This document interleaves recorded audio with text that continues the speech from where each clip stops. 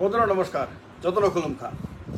আপনাদের করোনা ভাইরাসের কথা নিশ্চয় মনে আছে, আপনাদের কোভিড-19 কথা নিশ্চয় মনে আছে। যে কোভিড-19 মহামারীর সময়ে সবাই এর দ্বারা এফেক্টেড হয়েছিল। ত্রিপুরী, তিপ্রাসারা, বাঙালিরা, আগরতলার মানুষ, ধর্মনগরের মানুষ, কুমারঘাটের মানুষ, সাবরুমের মানুষ, বিলোনিয়ার মানুষ, সারা ত্রিপুরার মানুষ, সারা পশ্চিমবঙ্গের মানুষ, সারা আসামের মানুষ, সারা ভারতের মানুষ, সারা পৃথিবীর মানুষ এফেক্টেড হয়েছিল। সাদা কালো চামড়ার কোনো ভেদাভেদ ছিল না। সাদা চামড়া, কালো চামড়া, লাল চামড়া, অন্য কোনো কালারের চামড়া থাকলে তা ধনী, গরিব, উচ্চবিত্ত, মধ্যবিত্ত, বড় নেতা, ছোট নেতা, একদম সাধারণ মানুষ, রিক্সাওয়ালা, ডেইলি লেবার অথবা বড় কোনো অফিসার, বড় কোনো মন্ত্রী, সবাই এর দ্বারা এফেক্টেড হয়েছিল। মনে আছে তখন আপনাদেরকে যে রেল স্টেশনে যেতে হলে আপনার ভ্যাকসিন লাগাতে হয়ে, মানে ভ্যাকসিনের কথা মনে আছে নিশ্চয়ই, ভ্যাকসিন লাগাতে হয়েছে। এবং ভ্যাকসিন ছাড়া রেল স্টেশনে গেলে জিজ্ঞাসা করা হতো ভ্যাকসিন আছে কিনা, দেখাতে হতো সার্টিফিকেট।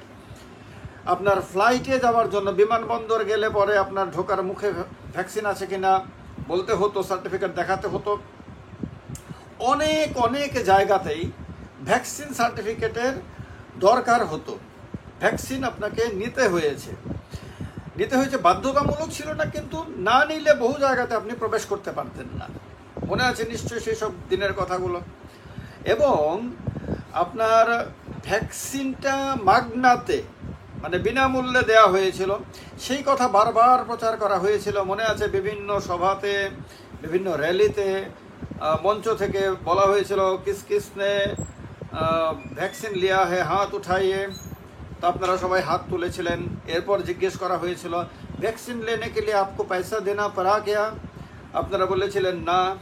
তো বলেছিলেন এ ভ্যাকসিন ভি মুফত মে দিয়া গায়া থা। আপনারা সবাই উল্লাসে দুহাত তুলে হাততালি দিয়েছিলেন, আনন্দে নৃত্য করেছিলেন যে আপনারা মাগনাতে, মানে বিনামূল্যে আপনারা ভ্যাকসিন পেয়েছেন। কিন্তু একবারও নিজেকে নিজে জিজ্ঞেস করেননি, কাউকে তো জিজ্ঞাসা করার সাহসই আপনাদের নেই, নিজেকেও নিজে জিজ্ঞেস করেননি যে ভ্যাকসিন কেনার জন্য যে টাকাটা, সেই টাকাটা সরকারি কোষাগার থেকে দিয়েছিল। আর সরকারি কোষাগারে টাকা জমা পড়ে আপনি ট্যাক্স দিলে। আপনি যখন একটা চকলেট কেনেন তখনও ট্যাক্স দেন। ইনকাম ট্যাক্স বাদ দিলেও আপনি প্রত্যেক দিন যতবার দোকানে যান আপনি ট্যাক্স দেন, কারণ সমস্ত দ্রব্যের মধ্যেই প্রায় আপনার ট্যাক্স থাকে। সো সেই ট্যাক্সের টাকা সরকারের ভান্ডারে জমা পড়লে পরে সেইখান থেকেই টাকা দিয়ে সরকার আপনার জন্য ভ্যাকসিন কিনতে পারে। তো সেই ভ্যাকসিন মূলত আপনার টাকাতেই কেনা হয়েছিল, আপনাকেই লাগানো হয়েছিল। এখন কথা হলো যে এই কোভিশিল্ডের কথা আপনাদের সবার মনে আছে, ভ্যাকসিন কোভিশিল্ড। সেই কোভিশিল্ড যারা আপনার তৈরি করেছিল, অ্যাস্ট্রাজেনেকা নামে একটা কোম্পানি, ব্রিটিশ কোম্পানি, তারা ওষুধ তৈরি করে, সারা পৃথিবীতে তাদের মার্কেট রয়েছে।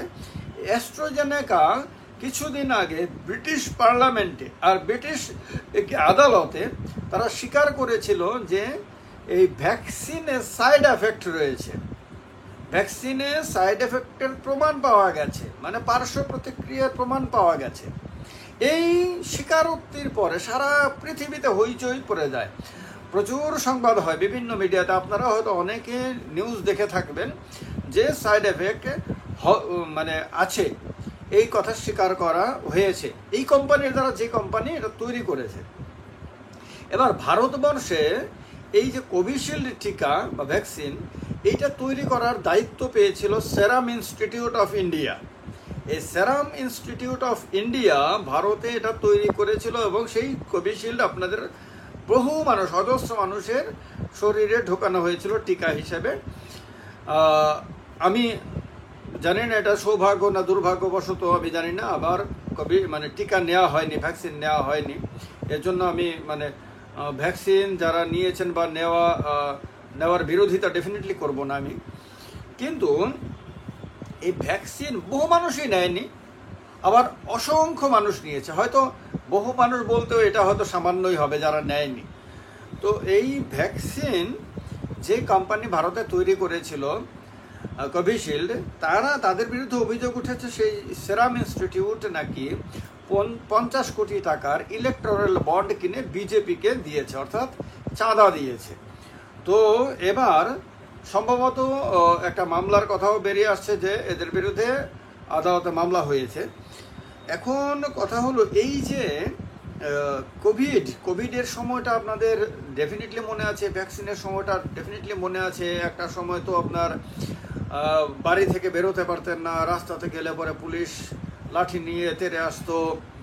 তারপর আপনার দোকানপাট বন্ধ ছিল, হাট বাজার বন্ধ ছিল, অফিস আদালত বন্ধ ছিল, স্কুল কলেজ বন্ধ ছিল। সাংঘাতিক অবস্থা ছিল একটা পিরিয়ডে, প্রথম দিকটাতে।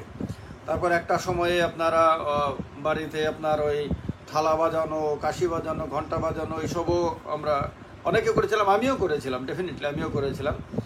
তো কোভিড মানে কোভিড চলে যাও এরকম করে চিৎকার করে কোভিড চলে যাবে, এটা আবার অনেকে মনে করেছিল এবং করেও ছিল এরকম। অনেকে আবার রাস্তাতে নেমে কীর্তনের মতন করেও আবার কোভিডের বিরুদ্ধে, করোনার বিরুদ্ধে অনেকে বিরুদ্ধে কীর্তন করেছিল আর কি, যাতে করোনা যাতে ভারত থেকে বা আমাদের সামনে থেকে যাতে চলে যায়।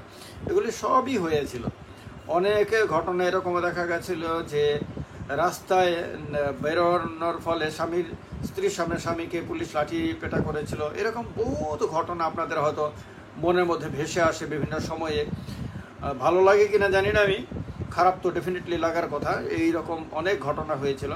তো সেই কোভিড ভ্যাকসিন আপনারা বহু মানুষ নিয়েছিলেন, কিন্তু বিশাল পরিমাণে সাইড এফেক্ট হয়েছে এরকম না, কিন্তু সাইড এফেক্ট রয়েছে, সাইড এফেক্ট হয়েছে। এবং তার ফলে কত মানুষ মারা গেছে, কত মানুষের কি হয়েছে, এই ডেটাগুলো, এই তথ্যগুলো এখানে আর আলোচনা করবো না, কারণ আপনাদের কারোর মনের মধ্যে আতঙ্ক তৈরি হোক এটা আমি চাই না। কোনোভাবে আপনারা আতঙ্কিত হবেনও না। সবার সাইড এফেক্ট হয়েছে বা হবে এরকম কোনো কথা নাই। সাইড এফেক্ট হয়তো কারো হয়েছে, হয়তো সামান্যই হয়েছে, হয়তো বিশাল কোনো সাইড এফেক্ট অনেকের হয়েছে, বিশাল সংখ্যক মানুষের হয়েছে, এরকমটা হয়তো বলা যাবে না। কিন্তু সবচেয়ে বড় কথা হলো যে আজকের দিনে এই অ্যাস্ট্রাজেনেকা যারা কোভিশিল্ড উৎপাদন করত, তারা আপনার সারা পৃথিবীতে কোভিশিল্ডের উৎপাদন এবং ব্যবহার বন্ধ করে দিয়েছে। তারা মার্কেট থেকে এটাকে উইথড্র করে নিয়েছে। কোভিশিল্ড উইথড্র করে নেওয়াটা একটা বড় ঘটনা। এই ভ্যাকসিন লাগানোর জন্য মানুষ দলে দলে লাইনে দাঁড়িয়েছিল, এখন সেই ভ্যাকসিনটাকে মার্কেট থেকে উইথড্র করে নেয়ার ঘোষণা এই অ্যাস্ট্রাজেনেকা দিয়েছে। বাকিটা আপনাদের কমেন্ট বক্সে আপনারা কমেন্ট করে জানাবেন আপনাদের কি মনে হয়, আপনারা কারা কারা ভ্যাকসিন লাগিয়েছিলেন সেটাও জানাবেন।